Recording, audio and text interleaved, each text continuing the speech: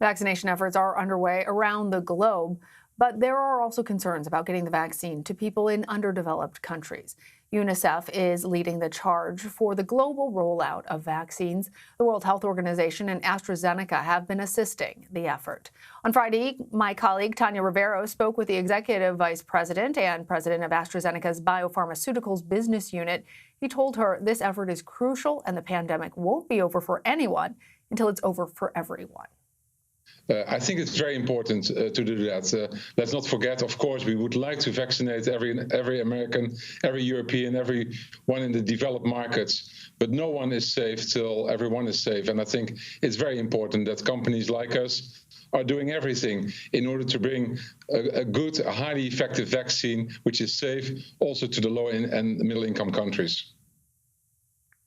And joining us now for more is Michael Nyenhuis. He is the president and CEO of UNICEF USA. Mr. Nyenhuis, thanks for being with us, and thank you for the work that you're doing. Can you give us an update on the vaccine distribution efforts? How many have you delivered? Who have you reached? Yeah, thank you. Thank you for having us and for your interest in the story. You know, we are so focused on equitable access to the vaccine across the globe. Just to repeat what the previous interview said, nobody's safe until everybody's safe, and that includes people all around the globe. So UNICEF is playing the essential effort in procuring and distributing vaccines around the globe, and that effort has really kicked off over the last week or two. So far, we've delivered about 12 million vaccines to about 20 different countries in Africa primarily, but also a little bit in Asia and in Latin America, and that's going to pick up very fast. At least 12 more countries in the next 7 days. And so we're working really hard to make sure that people all over the world get the vaccine.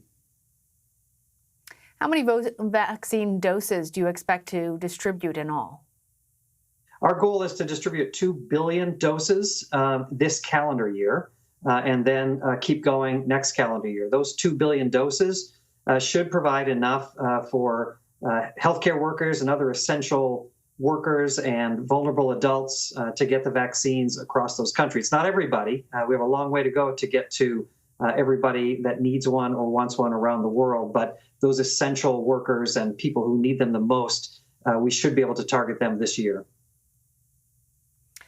I'm wondering about the hurdles that your effort faces. Here in the United States, as you know, we have 3 different approved vaccines, and only the Johnson & Johnson version doesn't require extreme freezing temperatures in order to keep the vaccine safe and effective.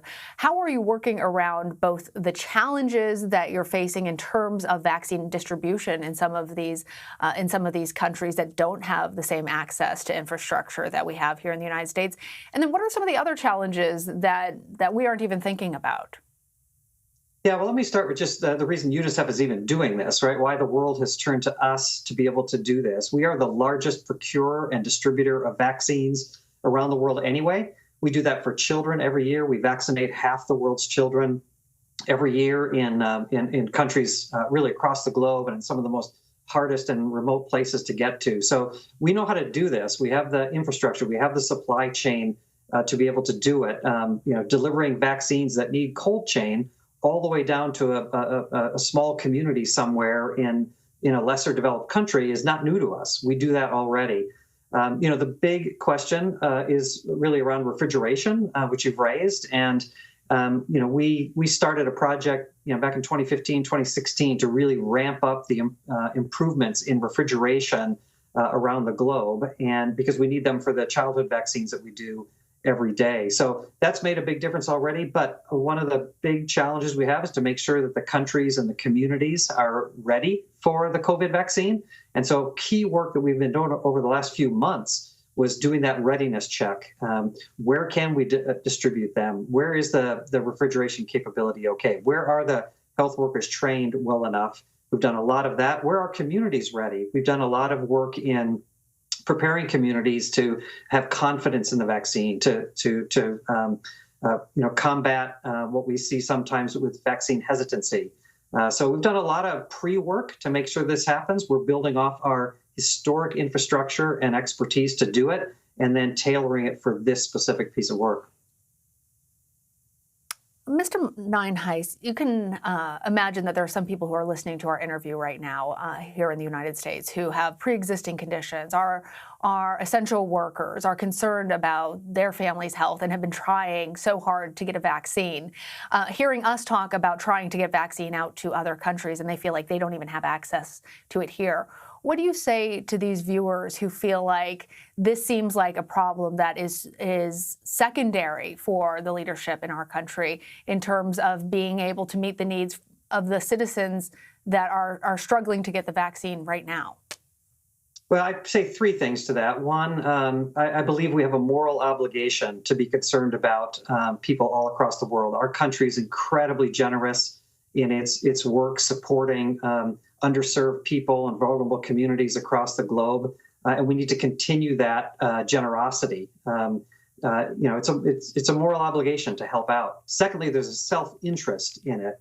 If we don't beat the pandemic everywhere, it could come back again. We've seen, the rise of certain variants, and the opportunity for a variant that's going to beat the vaccine is a real potential if we don't beat it all pretty quickly. So if we want to keep ourselves safe, it's not just about us being vaccinated, but it's about beating the pandemic all over the globe, and that means vaccinations for everybody. And then the third thing I would say is we're already way ahead. We're already way ahead. We've procured and locked up so much of the vaccine supply already for our country and in Europe, to the point that the questions about equity for the whole world, I think, are real. So it's not like we're running behind. We're way ahead already. We need to help the rest of the world catch up. This is such a tremendous undertaking. And as you mentioned, UNICEF does this as part of its regular modus operandi to provide vaccines to people all across the globe. What level of manpower does this particular effort take? And are you getting enough assistance from the United States, from other nations? What countries are doing a lot, and what countries should actually be doing more? Well, the good thing is there was a global effort put together. It's called COVAX, which is short for the COVID vaccine, and it was originally organized by the World Health Organization, the Gavi, which is the Global Vaccine Alliance, and CEPI, which is a group that focuses on pandemics around the world. And they began to put together a coalition of countries that understood that this was necessary as a global effort, not just as individual countries. And almost every country in the world has sort of signed up to that, to pitch in, to help out, to either receive vaccines from it or to contribute to make sure that countries with less resources will be able to get the vaccines. And our country has done that already. Our country has committed $4 billion. The Biden administration has to help fund the work of COVAX. That's going to help with vaccine procurement. But really, it's such a Herculean task that the funding gap, is still huge. This is why one of the really critical things we're doing is trying to convince the philanthropic community, foundations, corporations, individual donors, major philanthropists, that this is a moment to do something historic. This is work that's never been done before at this scale. It's unlike any activity UNICEF has done in terms of its scale. We need resources to do it, and we need everybody. It's an all-hands-on-deck effort to make this happen. Governments have stepped up well, I think, which is really terrific. But we need the private sector to step up with us as well. One quick last question before I let you go. How long do you expect your mission to take?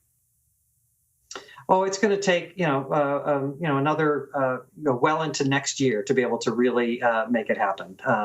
Again, we have this really big target for this calendar year. We need the supply. We need the supplies to crank up. We need community readiness to increase, and we're working hard on that. We need to continue to build confidence in the vaccine among the communities that will get the vaccine. And if we do all those things really well, I think we'll be in pretty good shape as we move through next calendar year. All right, Michael Nyenhuis, so much appreciate you coming on and talking to us. Thanks for your interest. It's a really, really important effort that the whole world is participating in.